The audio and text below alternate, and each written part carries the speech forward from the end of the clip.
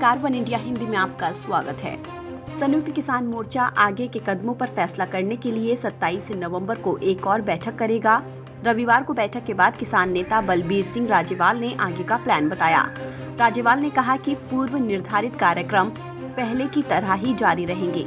22 नवंबर को लखनऊ में किसान पंचायत, 26 नवंबर को सभी सीमाओं पर सभा और 29 नवंबर को संसद तक मार्च होगा। प्रधानमंत्री नरेंद्र मोदी ने तीनों विवादित कृषि कानूनों को वापस लेने का ऐलान किया था। अब खबर आ रही है कि मोदी कैबिनेट इस बुधवार यानी 24 नवंबर को इन कानूनों की वापसी पर अपने मंजूरी दे देगी।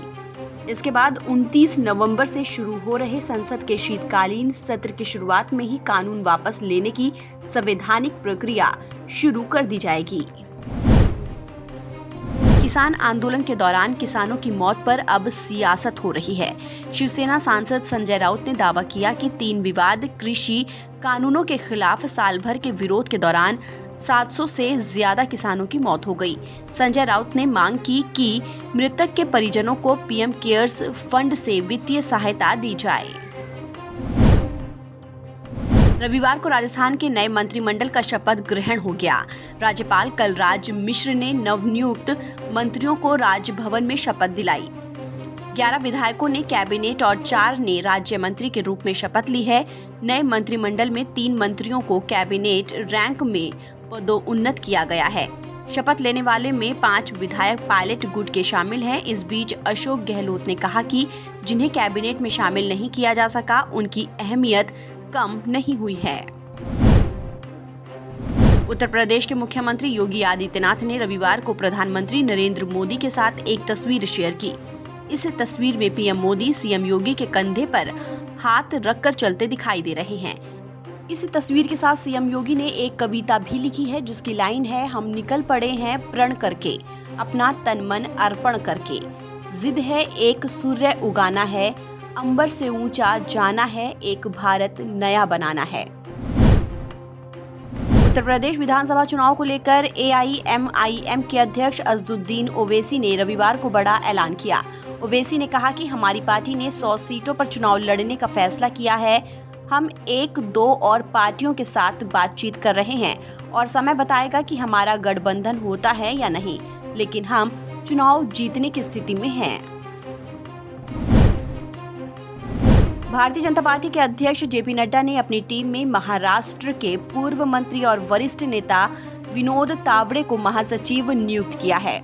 साथ ही बिहार के ऋतुराज सिन्हा और झारखंड की आशा लकड़ा को राष्ट्रीय सचिव, जबकि पश्चिम बंगाल की भारती घोष और कांग्रेस के पूर्व नेता शहजाद पूनावाला को राष्ट्रीय प्रवक्ता बनाया गया है। बीजेपी महासचिव अरुण सिंह की ओर से जारी एक आधिकारिक बयान में इन नियुक्तियों की रविवार को घोषणा की गई।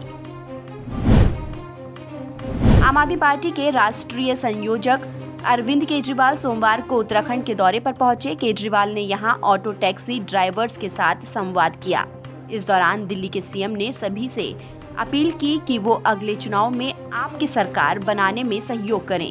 केजरीवाल ने ऑटो टैक्सी ड्राइवर्स से अपील की कि वो अपने वाहनों में आम आदमी पार्टी के बैनर पोस्टर लगाएं और एक बार उत्तराखंड में आपको सरकार बनाने का मौका दें, बाकी जिम्मेदारी मेरी। केंद्रीय स्वास्थ्य मंत्री मनसुख मंडाविया सोमवार को कोरोना के खिलाफ जारी टीकाकरण को लेकर अहम बैठक करने वाले हैं।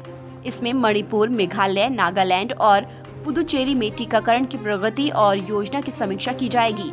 ये वो राज्य हैं जहां कोरोना वैक्सीन की पहली खुराक का कवरेज 70% से कम है। भारतीय नौसेना के विध्वंसक युद्धपोत विशाखापत्तनम को सेवा में शामिल कर लिया गया है। इसे देश के रक्षा मंत्री राजनाथ सिंह ने मुंबई डॉकयार्ड में कमीशन समारोह में भाग लेकर नौसेना को सौंपा। इस दौरान उन्होंने कहा कि डिफेंस सेक्टर में हम आत्मनिर्भरता की तरफ आगे बढ़ रहे हैं। ये वॉरशिप आधुनिकतम तकनीकी से युक्त है। इसमें प्रयोग किए गए सिस्टम सिर्फ आज ही नहीं बल्कि भविष्य की जरूरतों को भी पूरा करेगा। डिजाइन के मामले में 100% स्वदेशी है।